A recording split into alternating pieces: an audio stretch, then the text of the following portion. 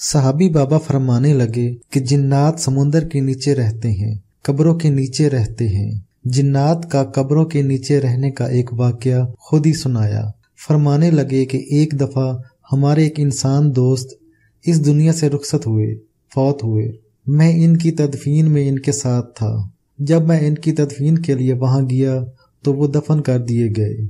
दफन करने के बाद मैं बहुत देर तक कब्रिस्तान में बैठा रहा। इंसान तो नहीं देख सकते, जिन तो जिन को देख सकते हैं। मैं वहां जिन्नात को मुसलसल देखता रहा और जिन्नात मुसलसल वहां अपनी जिंदगी की भाग दौड़ में मसरूफ थे। एक जिन को मैंने देखा कि वो एक कब्र को खोद रहा है और कब्र को खोदने के बाद इसमें दाखिल हो गया। मैं खामोशी से ये मंजर देख रहा था। दूसरा जिन आया, इसने कब्र नहीं खोदी, बस वो आया, जमीन फटी और वो खुद ब खुद कब्र में दाखिल हो गया। कुछ जिन्नात कब्र से निकल रहे थे, कुछ जिन्नात कब्र में दाखिल हो रहे थे। ये मंजर मैं बहुत देर देखता रहा और इस मंजर को मुसलसल में परखता रहा। आखिर ये मंजर क्या है? बहुत देर तक इस मंजर को देखने के बाद थोड़ी ही देर हुई तो एक जिन निकला। साहबी बाबा फरमाने लगे, इस जिन का मैंने हाथ पकड़ लिया और मैंने पूछा, आपका नाम? इसने मुझे अपना नाम बताया और मैंने इससे अपना तारुफ कराया कि मैं भी जिन हूँ और मैं कब्रिस्तान में अपने इंसान दोस्त की तदफीन के लिए आया था। फिर इसने मुझे अपने कुछ हाल बताए और मुझसे दुआओं की दरख्वास्त की और वो चला गया। सहाबी बाबा फरमाने लगे, कब्रिस्तानों में रहने वाले अक्सर जिन्नात नेक और शरीफ होते हैं। अगर वो मुसलमानों के कब्रिस्तान में रहते हैं, अगर वो गैर मुसलमानों के कब्रिस्तानों में रहते हैं, इनमें अक्सर जिन्नात मुसलमान नहीं होते। खजूर के दरख्त में रहने वाले जिन्नात मुसलमान और नेक होते हैं। खजूर का दरख्त वाहिद दरख्त है जिसके ऊपर कभी भी गैर मुस्लिम बदकार जिन नहीं रह सकता, न कयाम कर सकता है। अगर किसी को खजूर के जिन से तकलीफ पहुंची है तो इसमें इसका अपना कोई कसूर होगा और इसने इन्हें तंग किया होगा और इसकी वजह से इन जिन्नात की कौम को तकलीफ पहुंची होगी और वो तकलीफ, मसाइल और मुश्किलात का इसके लिए जरिया बन गए होंगे। वरना खजूर के दरख्त के ऊपर कभी भी गैर मुस्लिम जिन्नात नहीं रहते। सहाबी बाबा ने मजीद बताया कि मेरी जिंदगी दिन रात नेकी और इबादत में गुजरी है। मैंने तजर्बा किया है कि जो इंसान बावुज़ू रहते हैं, जादू, जिन्नात, मसाइल और मुश्किलात इन्हें नहीं घेरते और इनके ऊपर से वो बलाएं और परेशानियां हमेशा टली रहती हैं। सहाबी बाबा ठंडी सांस लेकर मजीद फरमाने लगे, मेरा तजर्बा है जो लोग सूरत कुरैश बकसरत पढ़ते हैं, अगर वो रातों को कब्रिस्तानों में रहें, नेक जिन्नात, औलिया जिन्नात और अल्लाह वाले जिन्नात इनके लिए अपनी आंखें बिछाते हैं, दिल बिछाते हैं और इनके लिए अपना सब कुछ बिछाते हैं। सहाबी बाबा फरमाने लगे, मैं एक बार दमिश्क के एक पुराने कब्रिस्तान में था जहां बेशुमार सहाबा, ताबईन, तबा ताबईन, मुहद्दिसीन, औलिया, साहिलीन और बड़े बड़े हजरात की कबूर और मज़ारात हैं। मैं बैठा मुसलसल सूरत कुरैश पढ़ रहा था। सारी रात मैं सूरत कुरैश पढ़ता रहा और सारी रात सूरत कुरैश पढ़ते पढ़ते आखिरकार मुझे एहसास हुआ मुझे नींद आ रही है। मैं वहीं थोड़ी सी टेक लगाकर ऊँग गया। ऊँगने के बाद जब मैं उठा तो मैंने महसूस किया हर कब्र के ऊपर एक बल्ब जल रहा। वो बल्ब नहीं था, वो नूर की एक किरण थी जो हर कब्र के ऊपर बरस रही थी। हाँ, सिर्फ 5 कब्रें ऐसी थीं जिनके ऊपर वो नूर की किरणें नहीं थीं। मैं हैरान हुआ कि ये बल्ब क्या है और इससे ज्यादा हैरत ये नूर की किरणें इन 5 कब्रों पर क्यों नहीं पड़ रही। ये बात सोचते सोचते मुझे ख्याल हुआ क्यों ना इन 5 कब्रों के ऊपर मुराकबा करके इनकी रूहों को मुतवज्जो करूं और इनकी रूहों से पूछूं कि सूरत कुरैश की बरकत अल्लाह की रहमत की शक्ल में तुम्हारी कब्रों पर रोशनी बनकर आई, लेकिन इस रोशनी से तुम महरूम क्यों हुए? आखिर तुम्हारा कौन सा ऐसा गुनाह और कौन सी ऐसी गलती है जिसकी वजह से तुमने अपना बड़ा जुर्म कर दिया और तुमसे इतनी बड़ी खता हुई, जिस खता की वजह से नूर से तुम महरूम रह गए और जुल्मत तुम्हारे करीब आ गई। इनमें एक पुरानी कब्र थी। मैं इस पुरानी कब्र के करीब जाकर बैठा और चूंकि मैं अब सूरत कुरैश का इतना बड़ा आमिल बन चुका हूँ कि आप गुमान नहीं कर सकते। मैंने सिर्फ वहां बैठ कर सूरत कुरैश पढ़ी, क्योंकि सूरत कुरैश जो शख्स लाखों से भी ज्यादा, बल्कि इससे भी कहीं ज्यादा यकीन, एतमाद। लेकिन शर्त यह है कि तकवा के साथ पढ़े। बस फिर जिस मकसद के लिए चाहे पढ़े वही मकसद इसको हासिल हो जाता है। जिस मंजिल के लिए चाहे पढ़े वही मंजिल इसको मिल जाती है और वो चीज इसके करीब आ जाती है। बस मैंने वहां बैठकर सिर्फ और सिर्फ सूरत कुरैश पढ़ना शुरू कर दी और सूरत कुरैश पढ़ते पढ़ते आखिरकार वो रूह हाजिर हुई, दर्दमंद, थकी हुई, पोसीदा लिबास पहना हुआ, जिस्म से बदबू आ रही थी। मैं हैरान। मैंने पूछा, तुम्हारा नाम? इसने मुझे अपना नाम बताया। कहने लगे, 750 साल हुए हैं इस दुनिया से गए हुए। मेरा अंग अंग, जोड़ जोड़ और मेरी रग रग अब भी दुख रही है और इसकी दुखन मेरे जिस्म के एक एक हिस्से में मौजूद है। मैंने पूछा, तुम्हारी कब्र पर नूर क्यों ना आया? कहा, कैसे आ सकता है? मैं 5 बहनों का एक भाई था। मेरा वालिद अपने गांव का एक बहुत बड़ा सरदार था। इसकी सरदारी थी, घोड़े थे, जागीर थी, बहुत माल था, खजूरों के बहुत बड़े बागात थे और फसलें थीं, खजाने भरे हुए थे, चमड़े के मटके थे जो अशरफियां, दरहम, दिनार और जवाहरात से भरे हुए थे। बहनें जवान हुई, एक एक करके सबकी शादी की। आखिर में मैं छोटा था, बाद में पैदा हुआ था। मुझसे बहुत ज्यादा मोहब्बत थी। बाप बूढ़ा हो गया था, वैसे भी इसने लंबी उम्र नहीं पाई। आखिरी वक्त में बुलाया। मैं इस वक्त भरपूर जवान और शबाब अरूज पर था तो मेरे वालिद ने मुझे बुलाया और बुलाकर कहने लगे, बेटा देख, मैंने आज तक किसी का हक नहीं खाया और किसी को खाने भी नहीं दिया। मैं इस पूरे गांव में और इसके इर्द गिर्द जालिम बनकर नहीं रहा, लेकिन मजलूम बनकर भी नहीं रहा।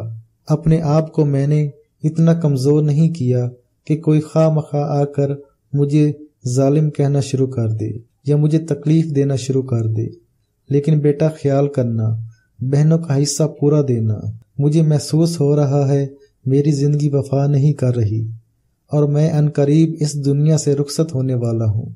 इस बात का एहसास है, अगर तुमने बहनों का हिस्सा पूरा न दिया तो मेरी तड़पती रूह तुझे माफ नहीं करेगी। तुम्हें खबर है, तुम्हारी माँ तुम्हारे पैदा होने के कुछ अरसे के बाद फौत हो गई थी। मैंने बेटियों को माँ और बाप दोनों बनकर पाला है और बेटियों की परवरिश की है। बेटा बस मेरी इस नसीहत का ख्याल करना और मेरी इस नसीहत को अपने दिल की गिरह में बांध लेना। कुछ दिनों के बाद वालिद फौत हो गए। वालिद की वफात के बाद बिरादरी के बड़ों ने मुझे सरदार बनाया। बहनें अपना हक लेने के लिए बिल्कुल नहीं बोली और इन्होंने कभी मुतालबा नहीं किया। मेरे दिल में कभी कभी आता था कि इनका हक दूं, फिर एक ख्याल आता, वालिद ने सारी उम्र मेहनत करके जो माल, दौलत और चीजें जोड़ी हैं वो किस तरह मैं अपने घर से निकाल दूं और अपने बहनोई को दूं। बस ये चीज चलती रही। फिर मेरी औलाद हो गई। हाँ, एक बहन ने एक दफा सवाल किया कि भाई मेरी औलाद जवान हो गई है, मैंने इनके घर बसाने हैं, अगर जायदाद में हिस्सा मिल जाए। मैंने कहा हाँ मैं दूंगा। इसी चलते चलते मैंने 71 साल की उम्र पाई। इस दौरान मेरी 4 बहनें फौत हो गईं। एक तीसरे नंबर की बहन जिंदा थी।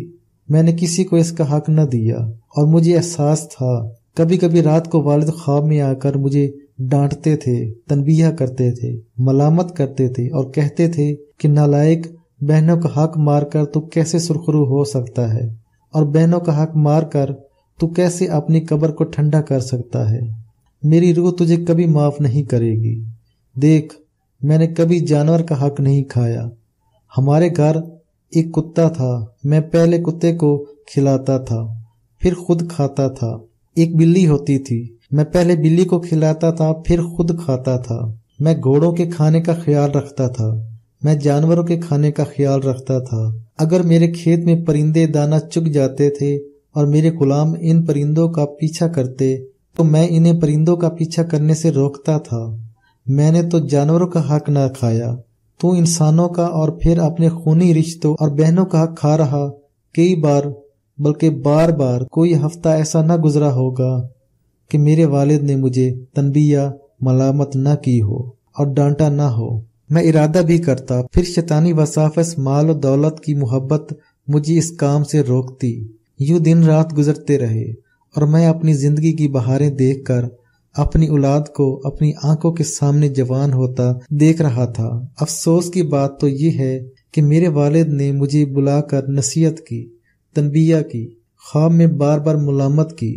मैंने अपनी औलाद को तो इतना भी ना कहा कि अपनी फूफियों का हक देना, इनका हक ना दबाना।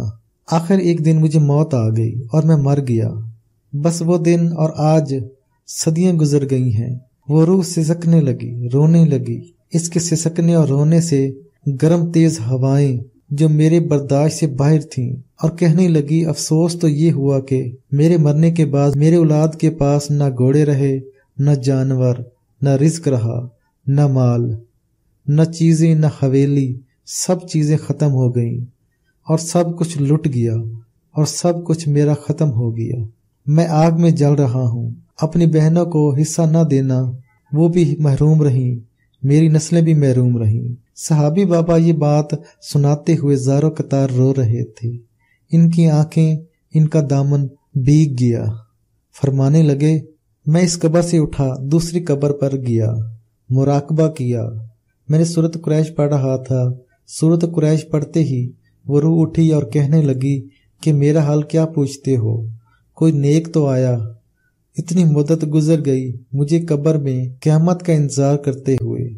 अफसोस के क़यामत का इंतजार बहुत बुरा इंतजार है और वैसे भी इंतजार बहुत अजियतनाक होता है। मैं वो इंसान था जो एक बादशाह के पास खजानची था। इसके खजाने का जो अमीर मुकर्रर था, मैं इसका नायब था।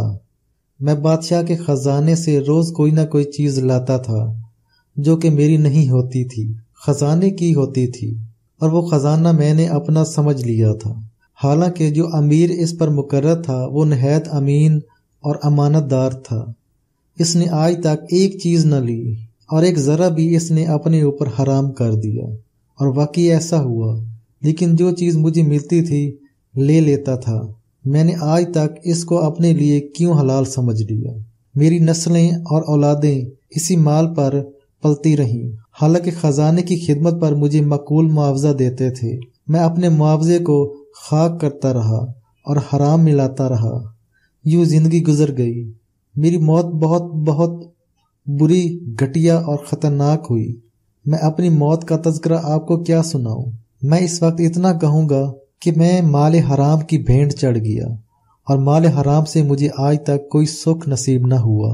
मैंने अपनी जिंदगी में अपनी औलाद को बीमारियों में, तकलीफों में, मुसीबतों में, परेशानियों में, दुखों में, झगड़ों में और एक दूसरे को नोचते देखा और एक दूसरे की दुश्मनी देखी। मैंने अपनी औलाद में अपने लिए, अपनी माँ के लिए और एक दूसरे के लिए कभी मोहब्बत की झलक नहीं देखी। हमेशा नफरत देखी है और नफरत ने मेरी औलाद को बर्बाद कर दिया है। बस ये बर्बादी दुनिया में देखी और मरने के बाद भी कब्र में भी यही बर्बादी चल रही है। ऐ काश जिनका मैंने हक मारा था इनका मैं हक वापस लुटा देता। ऐ काश मैं किसी तरह वापस दुनिया में चला जाता और एक एक जरा जरा, चाहे मुझे अपना तन मन, अपना जिस्म बेचना पड़े, वो जरा जरा वापस कर देता। सहाबी बाबा फरमाने लगे, मैं इसको रोता सिसकता छोड़कर तीसरी कब्र की तरफ मुतवज्जो हुआ।